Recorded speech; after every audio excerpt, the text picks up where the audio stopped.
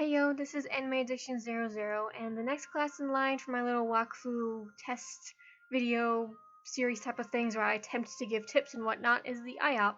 And they're the close combat-y type warriors with some range options, but not as much as like the more standard spellcasters like the Krop, or example with the archery range, or even Ozymodas and such like that. And just showing the character creation, I'm just showing that because they have an interesting characteristic, as in they don't have any pupils, so you don't customize their eye color or anything like that, but they do have the rest of the customization there with their 3 hairstyles and 5 default outfits to pick from, and the skin and the hair and all that type of thing. So let's just go on with the Iop I already have ready right here. And I'm going to show you some of the spells and try and give as much decent examples or explanations as I can. This Iop is only level 22, but it's higher level than the Craw at least, but hopefully I've gotten a decent amount of information here. So since they are the close combat-y type things, it depends how you want to make them. Iops are good damage dealers, but they can also be a decent tank, so depending what you want, you can just give them more percentage of hit points every level at 4%. You can give them regeneration according to missing hit points, which I maxed out first because it only maxes out at 5. You can give them lifesteal if you maybe just focus on a lot of damage dealing and you can heal while you're doing it. You can increase your elemental resistance to everything. So yeah, it just kind of depends what you want. There's tanky options and offense options. Of course, depending which elements you want, you go for the damage and resistance, or you can make them more tanky and just give them resistance and health. I think, since they're close combat, you might not want enemies to escape a lot, so locking can be important. They have means of escape without just walking, so I don't think you need dodge too much, but if you don't want to use up the AP, you can get dodge as well if you like, or you can just get initiative to make sure that you go first and get speed bonuses better. As far as the chance abilities go, you can make them even more tanky or resistant to damage by giving them resistance from behind. If you find yourself getting attacked with backstabs a lot, you can give them critical resistance, so they get resistance to damage suffered when the attacker makes a critical hit. Or you can give them more block, which gives them more of a chance to reduce damage received by 30%, and it maxes out at 20% chance to block in total. Or you can give them critical hits and critical damage. There's plenty of options, just make sure you decide what you want. And with the major ones, since you can't really level them up too much, it's a harder choice.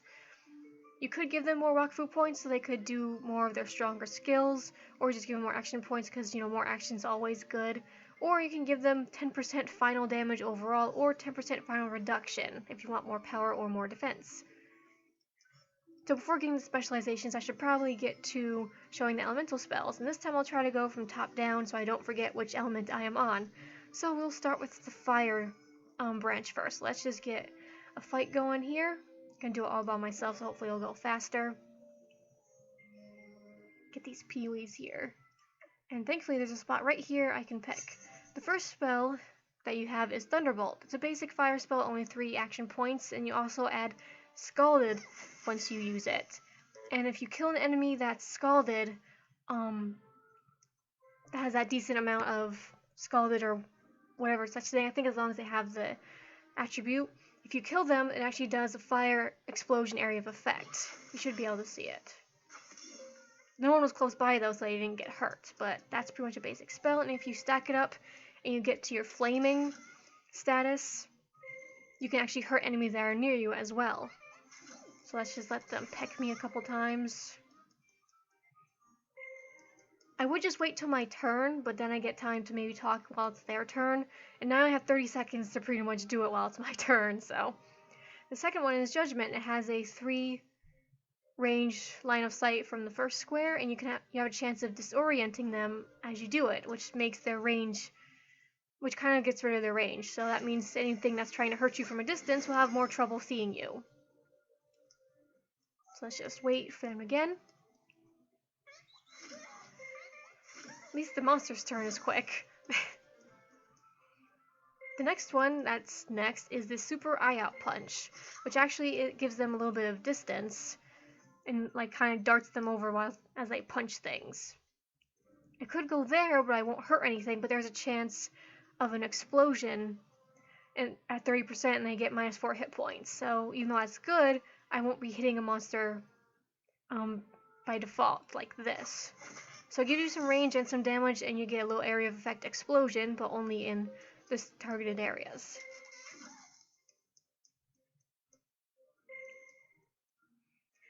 The next one after that is a Celestial Sword, which gives you the flaming status effect, which actually works with the Scalded if you want to use it that way. So let's just try and get to this one first. I'll apply... I think I can do that, yeah. I'll use the Thunderbolt on them first to scald them, then Celestial Sword, which only costs 3 AP as well, so I have enough. I'll use that. It surrounds you with on each side, so it hits them on each side of you, but not diagonally. So since I'm flaming and they're scalded, by their next turn, they should take damage and just die. They should, if I did it right. So anything that's scalded around you, they do that. And the higher the level of scalded they are, the more damage it will do. So there's not much point, so you might not have to level the Celestial Sword too much if you just want the flaming effect, but it will do more damage to everything around you if you do level it. So now for the final Fire Branch thing we got going here. It costs 1 Wakfu point and 6 AP, but it's the strongest spell in their arsenal. It's pretty much a giant explosion around them that can kill like everything, or at least just do a massive amount of damage, but because of the high cost, it might not always have the best time to use it. So yeah, that is essentially the Fire Branch. Let's see what's next. Next we have the Earth Branch, which has a decent amount of damage and can also inflict status effects on the enemy, like stunned, or can take away their movement points, but at a very low rate. So let's just find another group over here. These are a little more resilient, so I'll go after the big peacock-looking ones. And I go first so I can at least get close up. I want to get closer to more of them. Okay, so the first Earth spell is a basic error with the title. I'm just going to call it the basic Earth Punch. It takes 4 AP, so you can't really cast it twice, but it just does pretty decent damage for a low-level spell. But because of its high cost for a while, you're not going to be able to combo much else up for a bit. So I just gotta wait for them. Actually, maybe I should just pause it so you don't see them beating me up all the time. It's probably getting boring. Just going back and forth. But I'll figure it out eventually. Yeah, critical hit. So the next one is Rhinoceros. It has fairly decent range, going up to 3 away, but you can't use it if they're right next to you, which is kind of a bummer. But it does decent damage, costs 5 AP, which is kind of a high cost, but it also has a 20% chance of inflicting stunned, which I might not get. Oh hey, I got it! So stunned, as you could maybe see right there, with the -1 star, it means it took away, I think, 4 AP. So once you stun them, they pretty much lose the ability to fight back effectively. So that's why stunned is a pretty good thing to try and inflict on the enemy as you try and kill them. So the next thing here is Impact. It has up to 2 range, but with the area of effect you can get a whole bunch of monsters at once, and that has a chance of getting rid of 1 movement point, but it's a very low rate at around only 10%. But you can get some mobs of enemies far away if they happen to be in that kind of formation. Now the bird's gonna squawk a couple times and peck me a couple more times. So while they're doing that, the next one is Charge, which costs 4 AP and 1 movement point. I'll give myself more AP just because. And it has a decent range of 3, and even though it costs 1 movement point as well, you get to charge them. There's also a chance to stun them as well, but unfortunately it didn't stun them that time. But you can use it once they're right next to you, but you can only use it once per target. So I can try to use it on them, and I didn't stun them either, so that's kind of lame. Then there's only one more Earth spell to go, which is Devastate.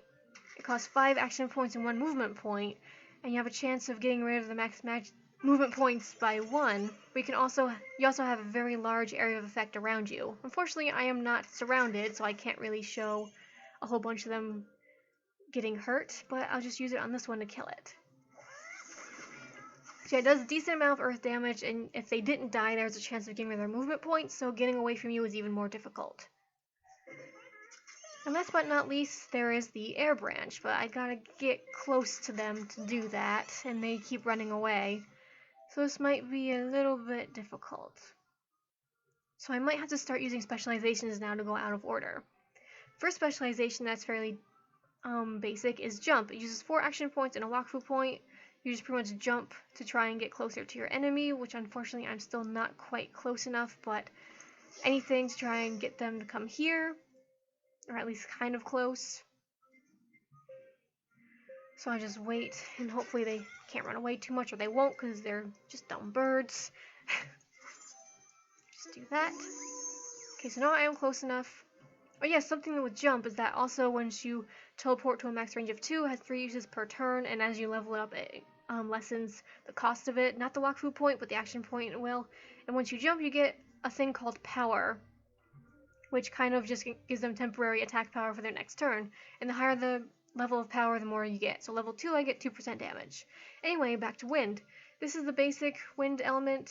It's just jabs, just 2 AP. You hit them with a flurry of punches. Next one is Flurry, which only costs 1 AP, so it's very weak, but increases the power of your next air spell. For some reason my turn's very long this time, but the next one costs 1 movement point called Gutting Gust. And we only have 2 uses per target, but it only costs 1 movement point, so if you're up in the enemy's face and you don't have anything else to do, you can always do that. Then Intimidation costs 3 action points, so you can push them backwards if you really need them to get away from you, or put them into a negative glyph. Like if the Wakfu points mattered, I would have gotten rid of 1 or 2 Wakfu points because they're in that area. And the final thing costs 1 Wakfu point, so it's only 1 use per target, but you can do it if you're surrounded and you don't want to use action points and use a whole bunch of other combos. That's pretty much the point of the air branch. You just have a whole bunch of combo options available, even if it's not as strong as, say, the earth or fire tree. So let's see what else we got. Well, we only got 6 seconds left, so let's just skip the turn for now.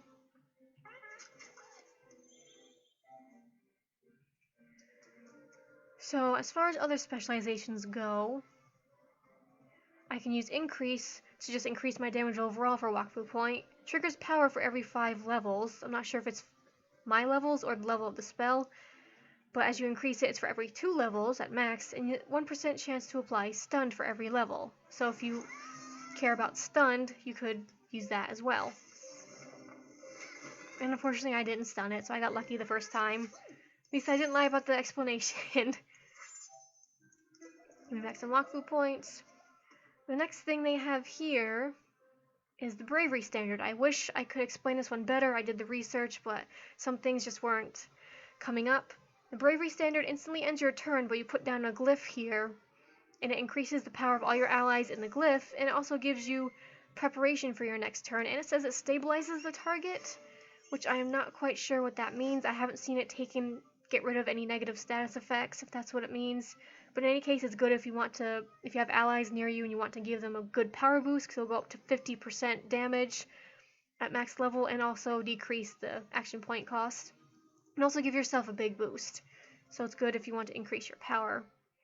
The next one is the defensive stance, which costs 3 AP. It ends the turn, and it gives you an additional chance to block. So if you give yourself, let's say, the block passive, it can work very well with that if you want to block as much damage as you can. But like I said, it ends your turn, so you gotta be careful with that. And the next one, I have to get really close to them, so I might have to start a new fight for that.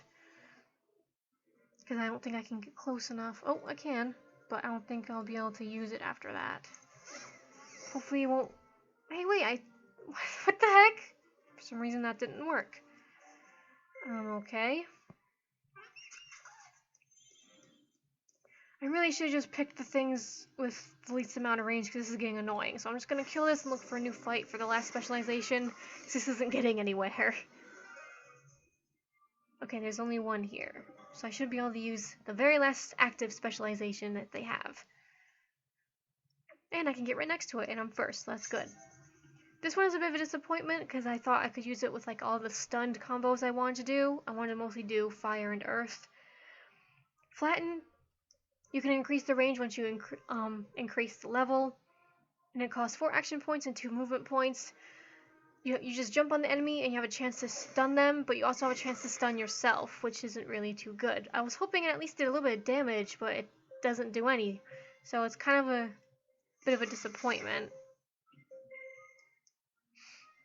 So in any case, that's all the active specializations. They're pretty basic, and it gives you some options to get close, or gives you some defensive options or buff options, at least where the active's concerned. The last ones I haven't done yet are the Pesto Specializations. You have Virility to just give yourself a hit point boost once you're in combat. It doesn't really show until you're in combat, and I have it maxed out for 400% of their level. So yeah, it's quite a difference there. I was hoping it would give me a lot more hit points, but I guess it would be too overpowered if it gave you too much. Excuse me. You can see exactly how much it gives you in combat if you look in the upper right with all the other status effects or buffs that you have on your character. Second one is Compulsion. You just pretty much permanently and passively increase your damage, and if you max it up to 20, you get 40% extra damage, which is pretty good. Of course, there's so much to put points into, I have no idea what I want to get. So with Authority, with how it sounds it works, you have a 40% chance on a close combat attack. You can pretty much do it 3 times a turn if it happens, but you have a chance of making them turn around, and if they do turn around, you give yourself plus 20 power, so you get 20% extra attack, and I don't know what it means with 10% is applauded. So yeah, I did the research, but nothing was really coming up with that kind of thing, so some things aren't very clear. But with this one, I guess you could smack them so hard you make them turn around, and since they don't like their other things turning their back to them, they'll get even stronger. Or it's just a passive chance that if they turn around to try and not face them, it also happens. And Show Off, since Iop's the battlefield is stage, all set for him to show off, try to steal his limelight, and he'll make a show of you, is what the description says. And pretty much how it works is that if an ally critically hits, you get 20 levels of preparation, which gives you 20% damage for your next attack. If an ally kills something, you get 40 levels of preparation, at least at level 20 maximum. So you pretty much show off, and if your allies are doing better than you, you get more power to compensate for it. So even if you have a sidekick, that can be pretty good if you give them a whole bunch of critical hit equipment. And the last one is Locking Pro. You get just a lot more bonuses to lock. If you max it at 20, you get 40 lock, and at the end of the turn, if they are facing the Iop, they'll be locked. So I think it just says stabilizes the target, so I don't know if that means they can't move or what. So I think that's what it means, that they can't move, because with the Bravery Standard, I end my turn and stand there until the next turn. So I'm guessing that's what it means, but then... Well, anyway, hopefully I gave you a decent understanding of what the Iop does and what you could possibly do with it.